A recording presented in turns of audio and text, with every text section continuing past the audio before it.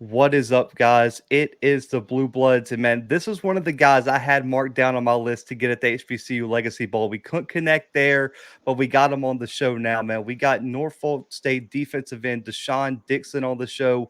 Absolutely dominated the Legacy Bowl. First team All MEAC selection this year, a multiple time All MEAC selection throughout his career, man. So, Deshaun, thank you for being on the show, man. I appreciate it.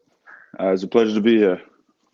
For sure. And so let's start with your high school career up there in the state of Virginia, man. What was your recruiting process like out of high school, and which schools and teams were recruiting you the hardest? Recruiting for me, it was pretty late in the process. It happened a little towards while during basketball season.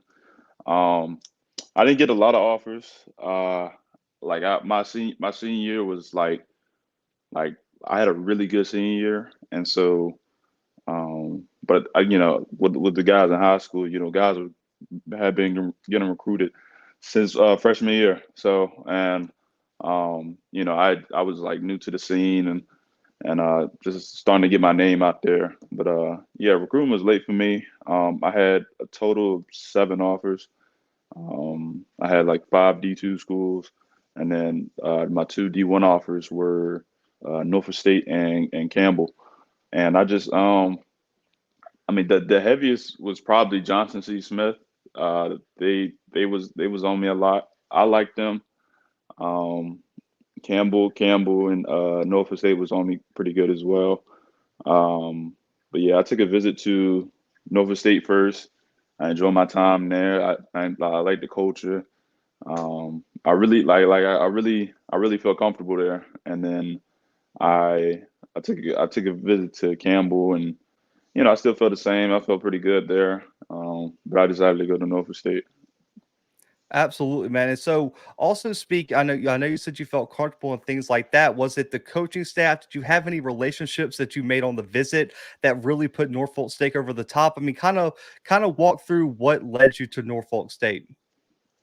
Uh, I mean, it was part of the reason in the coaches. I bonded pretty well over the few weeks I met the coaches. So with them recruiting me pretty good. I like the coaches. I like the players. They seem like a fun group to be around. I kind of knew what they were trying to build there. So I like what they had going, and I mean, I like the campus. The campus was like a beautiful place to go. It was nice. Like it was in that building process where they were just adding stuff every year. So I mean, I was feeling good about it. It was a good decision, man. And looking at the COVID season, some programs were put in a weird position having to play 2 full seasons in a calendar year. The MEAC decided not to play at all. For you, how tough was the COVID season on yourself and the program, thinking you were going to play and then not even being able to get a game in the spring? It was tough at first. Trying to kind of adjusting to that life outside of football. Um, but it also made me excuse it made me also realize that there is life outside of football, like that. Like I have plans outside of football. Like if football didn't work out, um, I started working at the YMCA. I had been working there for like the past 3 years. That job really, I really enjoyed that job. It definitely made me a better person than I am today. So I gotta I will always go back if I wanted to. But that was kind of like my career field, working with working with Parks and Rec, working with the kids. Like I really enjoyed that, and being with them just like kind of took a little bit of that stress off. I understand football season is gone, but like this is something I could do until we go back to that schedule.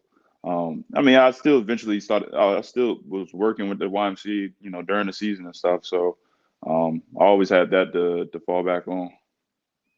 Man, well, I just want to give a big shout out to you, man, giving back to the community. I'm sure that made a big impact around where you were. So just a big shout out for you, using that extra time you had to give back to, the kids in the community and things like that. But another big change this spring, man, a coaching change. this spring for Norfolk State. For you, how tough was that for you, for the coaching staff that recruited you, stepping out in a new coaching staff and head coach stepping? I understood it was a business. Like it happened during my senior year. So like for as far as me, it was just like adjusting to the new coaches and see, just listening to what they got in. As one of the leaders of the team, you got to be one of those first guys to like, trust the new coaching staff coming in. So that was the main goal of it. A little bit different for the younger guys. With them getting recruited by the previous coaching staff, and then the new guy, and then the new coaching staff coming in.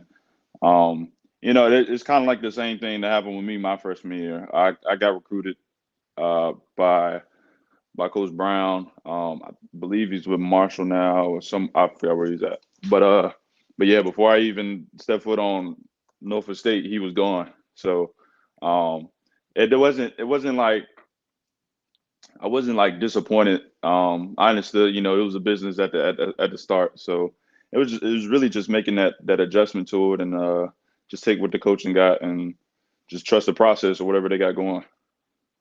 Right. And so you guys, head coach Dawson Odums steps in. I saw him down at the Legacy Bowl supporting you guys on game day, man. For you, what is he like behind the scenes, and what was the culture of the program like under him when he stepped into Norfolk State? He's a pretty chill, laid back coach. He knows how to turn it up as well. But I like coach outside of football. He was pretty cool.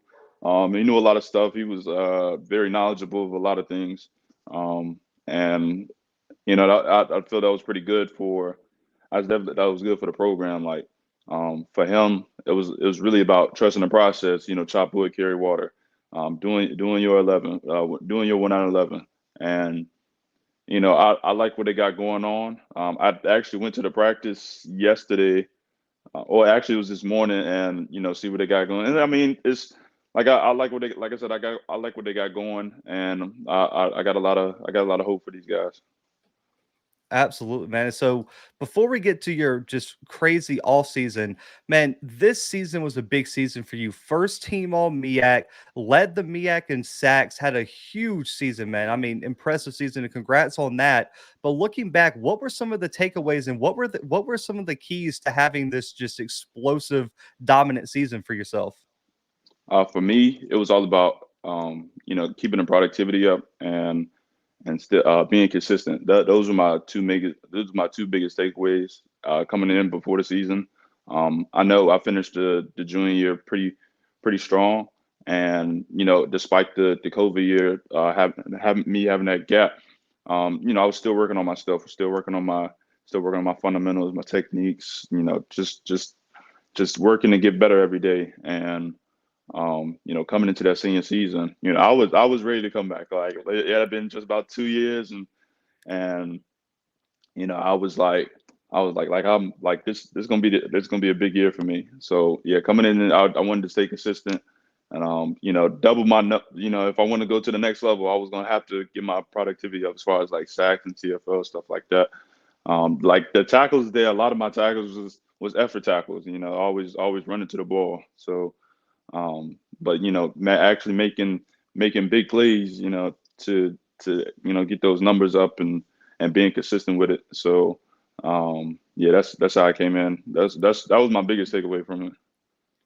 Well, you continue the momentum into this all season, man. The HBCU Legacy Bowl just wrapped up a while back down in New Orleans. We were down there covering it, man, and you know, you were one of I ranked you in my top three performers for the entire week, man. I mean, you were putting on a show, and we'll get into that in a second. But for you, real quickly, what were some of the takeaways from the HBCU Legacy Bowl, and did you achieve all the goals that you set for yourself?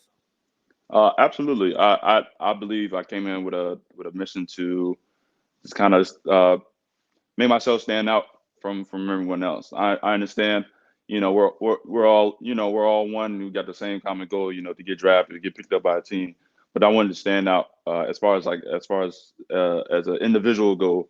But I mean, for me, and it was a great opportunity to be there. I enjoyed the opportunity it gave us. It's truly a blessing. I like that a lot of people came together to bring that, because we needed to have that bridge from small schools, HBCUs to professional level, and what they doing and showing that they was really investing into that. That was really good, not just for me, but for all HBCUs. So that I really, like I said, I really enjoyed being down there. It was a fun time. I enjoyed being with the guys, and good luck to everyone in the process. I know it's a tough process, but we all gonna get there.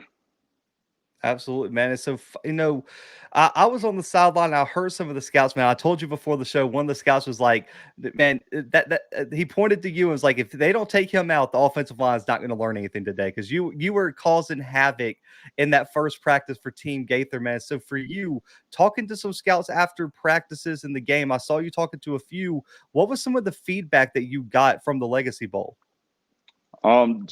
Just kind of telling me, keep working on your stuff. I understand. I understand. I need to clean up some stuff. The effort is gonna always be there. I would never not give effort. Um, just I mean, even talking to them afterwards, just having a conversation with them, not just like on football terms, just life outside of football. Like, what are your goals? Like, what do you do outside of football? Just stuff like this. Having a conversation with them, and then asking questions back. Well, how long you been in the scouting business? What made you get into scouting? Like you've always been like just asking simple questions like that is always a good thing. Man, I love to hear, man. I know this past, at time at the HBC Legacy Bowl, I know you impressed a lot of people, man. So I'm excited to see what that return is in April come the NFL draft. But we're gonna have to take you way back, man. Take me back to freshman year, Deshaun Dixon, and compare him to the guy I'm talking to right now. How has your game evolved throughout your career? I really want to say one number one thing was probably confidence. I came into college, like the quiet guy, real shy. I didn't really talk to anybody, and being on the field, I was trying to prove a point early, and I was undersized, and I understand what I need to do as far as if I want to be a better player, fit into the system. Um, but I wasn't as I wasn't confident in my abilities. I always second guessed a lot of things. I didn't really have a plan coming into it. I was just trying to be an athlete out there, and it's a little bit more than that. So through the years, hard work and dedication, blood, sweat, and tears, all on the field in the weight room. Um, I mean, it was a long process, but I enjoyed it though. The grind is definitely an enjoyable thing to be in, especially when you see progress and you start to see results.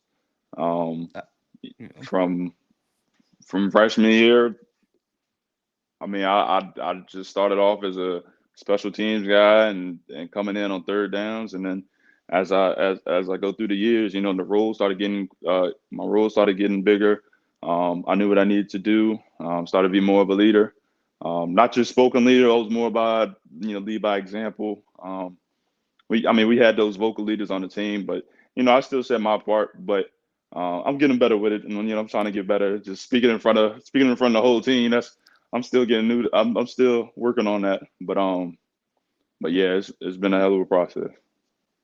absolutely, man. So, this last part of the interview, man, I like to structure these questions for people to kind of get to know you a bit better as a player, what you see yourself on the field. So, the first one is which NFL player do you think you model your game after the most? Uh, uh, Me, I have my own style, but I picked up different stuff from different players. So one, Shaq Barrett was probably my number one guy. I was watching him for a while, even when he was with the Broncos. Watched him for a little bit, and then I just watched a couple other guys, Max Crosby, Nick Bosa, Joey Bosa, um, who else? Chandler Jones, Von Miller.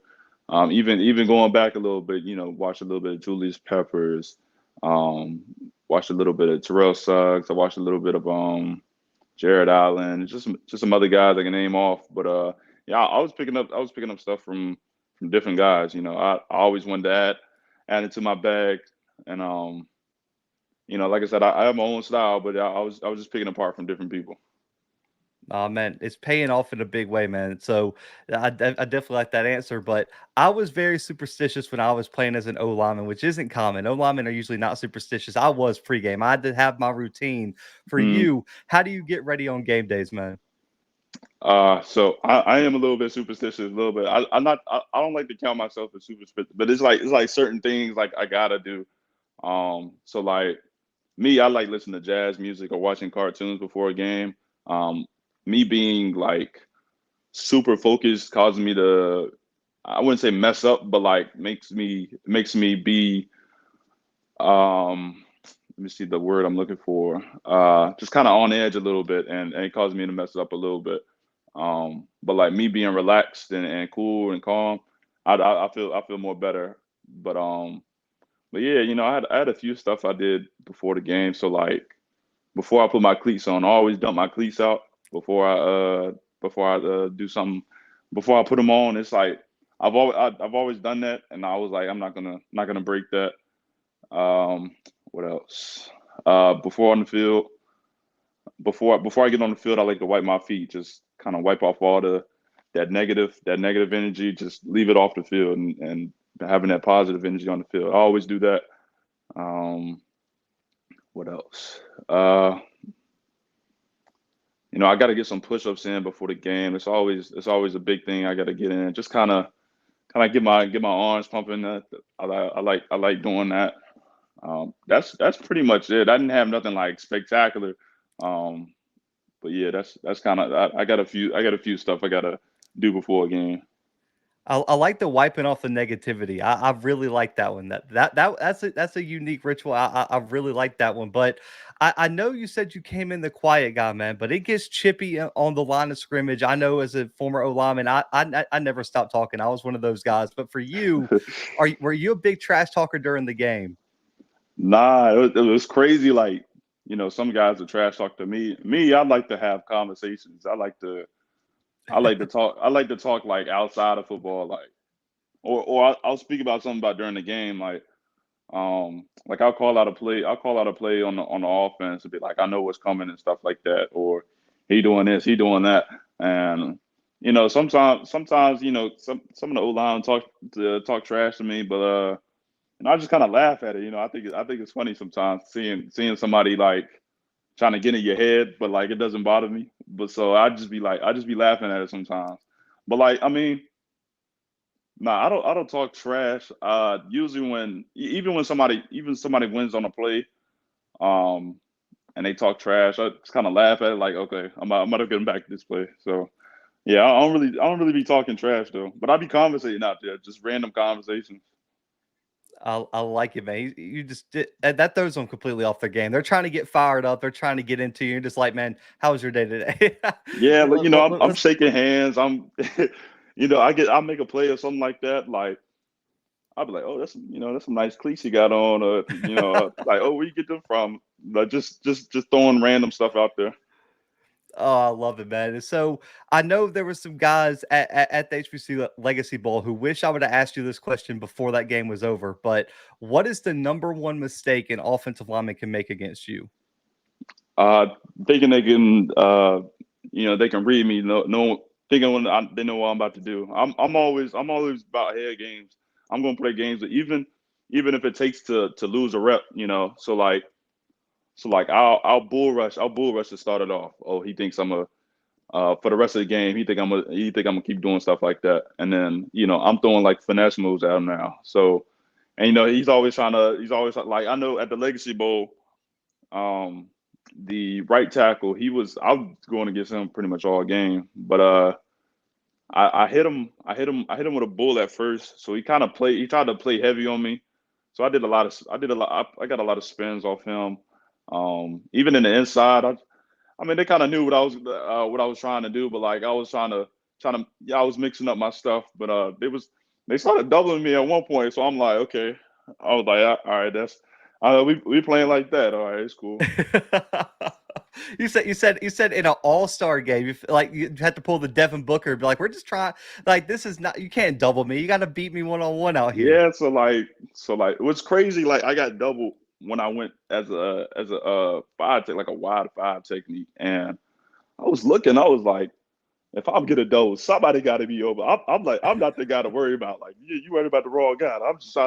I'm trying to make plays out here. I'm trying to play the same game you playing. Oh man, listen, you were a guy they had to worry about. I was out there all week. I'd be worried about it. I know the offensive coordinator was like, "We got to block him." That's the like you were the guy that had to block, man. But looking back in your career, man, you faced a lot of great opponents and teams. Who are some of the best offensive players you've ever had to face? I mean, shoot, from freshman year, it was a lot of like me. I was a small guy. I didn't really have a lot of muscle on me. I didn't have a lot of weight on me yet. So like anybody from anybody from the North Carolina Central offensive line, I've always had like a little rivalry with them. I just didn't like them as much as the other guys. They played a little dirty and they got me one time. I got pancake freshman year, and I tried to get up and he kind of walked over me. I was like, oh, okay, like this is the welcome to college thing. I'm like, okay, but like it was like I was like, oh, I'm really getting disrespected out here. So like from years on against Central, like that's kind of like been my like that's my game to go off. Like I just got a nice little rivalry against them. But like as far as like individuals, um, I mean it was a couple guys. I wouldn't say anybody like completely like stopped me, but like one guy I did had a tough guy to go against. It was a guy from Howard. I met him junior year, and senior year, and he was like he was just a big body. Like from I know from freshman, I mean from sophomore year, he was like 6'6", 300 plus, and he was just a big guy who could move. And then like when I met him senior year again, he was 6'8", 340, 350s. I'm like this guy got pretty big, but like he was just like a problem. Like he was just like he's definitely going to the league. He's just like I know he got to work on some technique stuff, but as far as like overall, he was probably the best player I had to go against. That's the toughest player I had to go against, just because of his size. Him being able to move at that size. Oh man, yeah, they don't make 6'8", 340 often that can move. I mean that is rare. That's rare athleticism at that size, man. But Right. we all know the narrative here. That's why the HBCU Legacy Bowl is important. That's why the HBCU Combine was important this year, and etc. But a lot of scouts and other media overlook FCS, man. So for you, what is your response to those who may overlook you coming into the draft process for playing at the FCS level? Playing at the FCS level, it's just as good competition than it is at FBS. I mean, I'm not even just speaking for me. I'm speaking for a lot of players. Um, those guys who overlook those FCS teams because my fault. Because they didn't have the so-called talent at those lower schools. And um, guys, you expect other guys, they expect like guys to come out of Bama, Georgia, um, Louisiana, or it's just I'm just all those FBS teams. So like guys are already looking over there.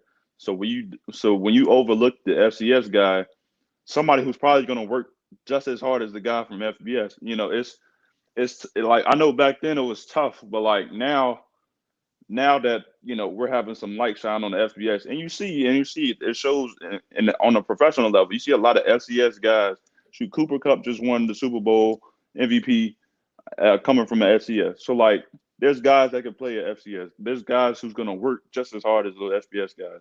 So let's start. Let's start looking at these other schools because there's talent everywhere. If you can play, they're gonna find you. But there is talent. There's talent everywhere, and you just got to take the time to go out and go look at those schools. Man, love the message on that one. I think this year could be a turning point. Man. I mean, we got a top 15 potential pick coming out of Northern Iowa and Trevor Penning. We saw Cole Kelly win MVP at the NFL PA Bowl. Mhm. Yourself shined at the HBCU Combine. There were a bunch of players there. Then also Christian Watson winning wide receiver MVP at the Senior Bowl for North Dakota State. There's been a lot of FCS guys that have put on shows this postseason. So I'm expecting to see the returns come April, man. But the last question here, man, an NFL franchise asks you what they're going to get in Deshaun Dixon if they bring you in April, draft you in the NFL draft. What do you tell them? That they're getting the playmaker. They're getting a guy they can count on for the next 10, 15 years. I'm going to be one of them old guys playing in the league. You're getting a playmaker. You're getting somebody who's going to play with absolute effort every play. I'm going to come in and try to outwork the number one guy. I know what I bring to the table. I'm a pass rusher. I'm a playmaker, but I'm labeled as a pass rusher. I'm gonna get those sacks. I'm gonna get my name out there. I'm trying to be up there with one of the greats. So they're gonna get a one of a kind player. Man, I love it. And like I said, man, congrats on your season, man. First team All-American again, leading the MEAC and the SWAC. But I think one of the biggest standouts at the HBCU Legacy Bowl, man, wreaking havoc. But where can people follow your journey to the NFL draft, man? Plug your social medias, give your shout outs, man. Anything you need to plug, this time is yours, man. Shoot, like shout outs. Just doing shout outs. Yeah. Okay. Yeah. I want to shout out to my family. Back at home, always supporting me. They've been down there. They've been down since day one, and guys outside of family, they see me as this small, scrawny guy who's just trying to, on the basketball court, just just being me. But then for guys outside of family, they see me as this intimidated big guy on the field. It's crazy. Like the perception is definitely huge. But yeah, shout out to family. One shout out to my coaches that all coached me and got me to this point. I wouldn't be here without anybody. I like to shout out, my little family. I got my daughter and my girl. They supporting me wherever I'm going, whatever they're going, I'm going. Just shout out to them, and thank you everybody who's been in this process. Guys who's helped me out, guys who's training me now, and you can follow me on Instagram, just Deshaun_Dixon. Twitter is the name's 18, and that I don't really be posting too much, but yeah, you guys can somewhat follow the journey like that. So yeah, thank you. Oh, man, for sure. But guys, it's all about supporting the players, man. Make sure to go follow Deshaun on all social media. Follow his journey to the NFL draft. And when he gets there, man, buy this man's jersey. I promise you won't regret it, man.